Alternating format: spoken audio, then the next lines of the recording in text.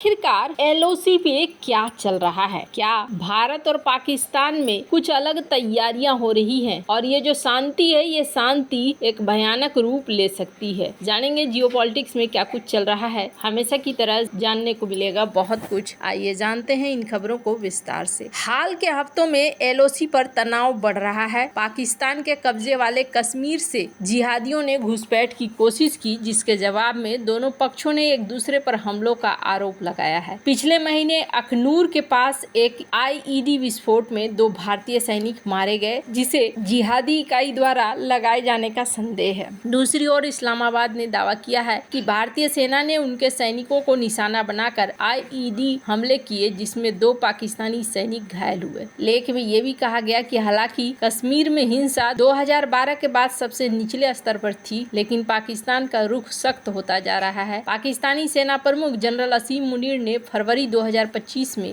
एक कश्मीर एकजुटता कार्यक्रम में कहा कि कश्मीर के लिए 3 युद्ध लड़े गए, अगर 10 और लड़ने पड़े तो हम लड़ेंगे। लेख में ये भी चेतावनी दी गई है कि दोनों देशों की गलतियां और एक दूसरे की मंशा को गलत समझने की आदत उन्हें फिर से संकट की ओर ले जा रही है। ये भी बताया गया कि 1998 में दोनों देशों के परमाणु परीक्षणों के बाद पाकिस्तान के तत्कालीन सेना प्रमुख परवेज मुशर्रफ ने 1999 में कारगिल युद्ध किया था, ये मानते हुए कि परमाणु युद्ध का डर भारत को जवाबी कार्रवाई से रोकेगा। कहा जा रहा है कि दोनों पक्षों के बीच गलतफहमियां और बढ़ती सैन्य गतिविधियां एक बड़े टकराव को जन्म दे सकती हैं। भारत और पाकिस्तान के बीच एलओसी पर तनाव का एक प्रमुख ऐतिहासिक उदाहरण 1999 का कारगिल युद्ध है। मई 1999 में पाकिस्तानी सेना और उनके समर्थित जिहादियों ने एलओसी पार करके जम्मू कश्मीर के कारगिल और द्रास सेक्टरों में कई ऊंची पहाड़ी चोटियों पर कब्जा कर लिया। इस घुसपैठ का मकसद श्रीनगर लेह राजमार्ग को काटना और भारत की सैन्य आपूर्ति को बाधित करना था। शुरुआत में पाकिस्तान ने दावा किया कि ये मुजाहिदीन थे, न कि उनकी सेना, लेकिन बाद में सबूतों से साफ हो गया कि यह पाकिस्तानी सेना की सुनियोजित कार्रवाई थी। भारत ने इस घुसपैठ का जवाब ऑपरेशन विजय के तहत दिया। भारतीय सेना और वायुसेना ने भारी नुकसान उठाते हुए कारगिल की चोटियों को वापस लेने के लिए अभियान चलाया। इस युद्ध में भारत के 527 सैनिक शहीद हुए, जबकि अनुमानित 1000 से ज्यादा पाकिस्तानी सैनिक और जिहादी मारे गए। युद्ध जुलाई 1999 तक चला, जब अंतर्राष्ट्रीय दबाव, खासकर अमेरिका के हस्तक्षेप के बाद पाकिस्तान को अपनी सेना और जिहादियों को वापस बुलाने के लिए मजबूर होना पड़ा। कारगिल युद्ध ने एलओसी की संवेदनशीलता और दोनों देशों के बीच गलतफहमियों के खतरों को उजागर किया है।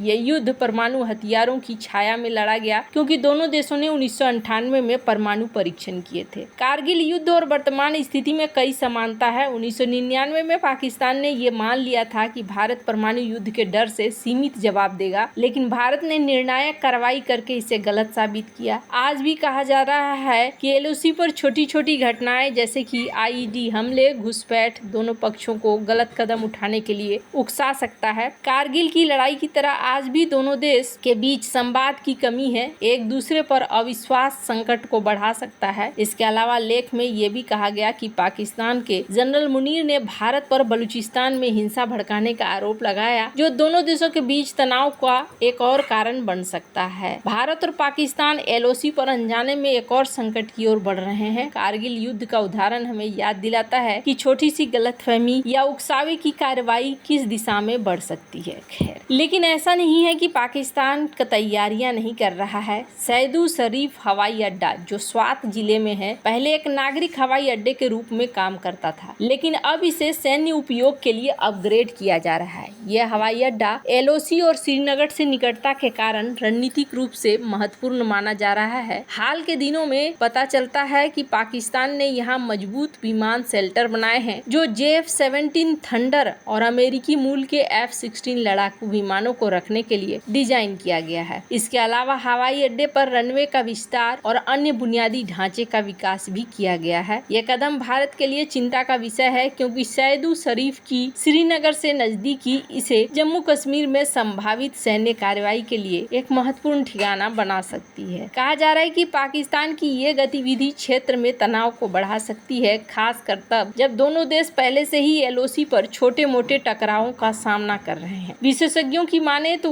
उनका कहना है कि अपग्रेडिंग भारत की सैन्य तैयारियों पर नजर रखने और जरूरत पड़ने पर त्वरित जवाबी कार्रवाई करने की पाकिस्तान की रणनीति का हिस्सा हिस्सा हो सकता है। पाकिस्तान द्वारा अपने हवाई अड्डों को सैन्य रूप से मजबूत करने का एक ऐतिहासिक उदाहरण 1965 के भारत पाकिस्तान युद्ध के दौरान देखा जा सकता है। उस समय पाकिस्तान ने अपने पेशावर हवाई अड्डे को एक प्रमुख सैन्य ठिकाने के रूप में इस्तेमाल किया था। यह हवाई अड्डा भारत के पश्चिमी क्षेत्रों, खासकर पंजाब और जम्मू कश्मीर के करीब था। वहां से पाकिस्तानी वायुसेना ने कई हवाई हमले किए। 6 सितंबर 1965 को शुरू हुए इस युद्ध में पाकिस्तान ने पेशावर से अपने F-86 सेबर जेट विमानों को उड़ाकर भारतीय ठिकानों जैसे पठानकोट हवाई अड्डे पर हमला किया। भारतीय वायुसेना ने इसका जवाब ऑपरेशन ग्रैंड स्लैम के तहत दिया और पेशावर सहित कई पाकिस्तानी हवाई अड्डों पर जवाबी हमले किए। भारतीय MiG-21 और हॉकर हंटर विमानों ने पेशावर के हवाई अड्डे पर बमबारी की, जिससे पाकिस्तान को भारी नुकसान हुआ। इस युद्ध में दोनों पक्षों ने अपने हवाई अड्डों का इस्तेमाल रणनीतिक बढ़त हासिल करने के लिए किया। पेशावर की स्थिति ने पाकिस्तान को भारत के उत्तरी क्षेत्रों पर हमला करने की मदद दी,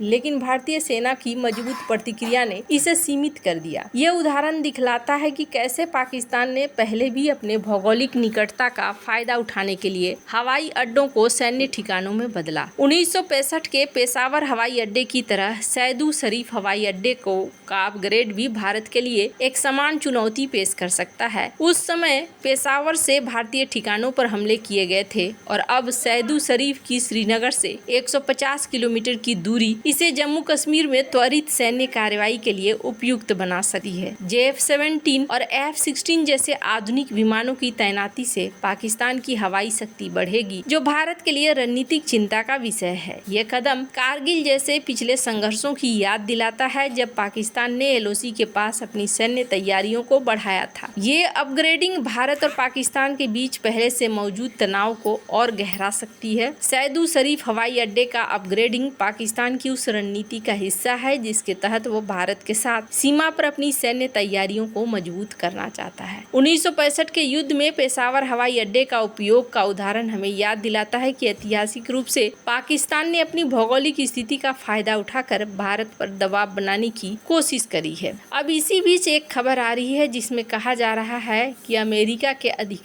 वरिष्ठ अधिकारी पाकिस्तान पहुंचे हैं। अमेरिकी राष्ट्रपति डोनाल्ड ट्रंप का प्रशासन विदेश विभाग के एक वरिष्ठ अधिकारी को पाकिस्तान भेज रही है। इस दौरे का मकसद आतंकवाद विरोधी सहयोग पर बातचीत, आर्थिक संबंधों को बढ़ाना है। विदेश विभाग ने कहा कि दक्षिण और मध्य एशियाई मामलों के ब्यूरो के वरिष्ठ अधिकारी एरिक मेयर इस्लामाबाद की 3 दिवसीय यात्रा पर एक इंटर एजेंसी प्रतिनिधिमंडल का नेतृत्व करेंगे। बयान में यह भी कहा गया कि एरिक मेयर आतंकवाद के खिलाफ हमारे निरंतर सहयोग के महत्वपूर्ण महत्व को रेखांकित करने के लिए वरिष्ठ अधिकारियों से मिलेंगे। एरिक मेयर पाकिस्तान के वरिष्ठ अधिकारियों से मिलेंगे ताकि पाकिस्तान में अमेरिकी व्यवसायों के लिए अवसर बढ़ाए जा सकें और दोनों देशों के बीच आर्थिक संबंधों को बढ़ावा दिया जा सके। कहा जा रहा है कि पाकिस्तान खनिज निवेश मंच में महत्वपूर्ण अमेरिकी हितों को आगे बढ़ाना चाहते हैं। दक्षिण एशियाई मामलों के लिए अमेरिकी सहायक विदेश मंत्री का शीर्ष क्षेत्रीय पद खाली है और ट्रंप के नामित उम्मीदवार पॉल कपूर सीनेट की मंजूरी का इंतजार कर रहे हैं। पूर्व राष्ट्रपति जो बाइडेन ने पाकिस्तान के सैन्य समर्थित सरकारों को लगभग बहिष्कृत कर दिया था और इसके किसी भी प्रधानमंत्री को आमंत्रित नहीं किया था, उस देश का दौरा भी नहीं किया था। पाकिस्तानी प्रधानमंत्री शहबाज शरीफ ने 2023 में जो मोहम्मद शरीफुल्लाह को छोड़कर ट्रंप को लुभाने की कोशिश भी की है। वैसे आपको क्या लगता है, इन सब मामले में आपकी क्या राय है? कमेंट कर जरूर बताएं। जल्द मिलते हैं अगले वीडियो में नई खबर के साथ।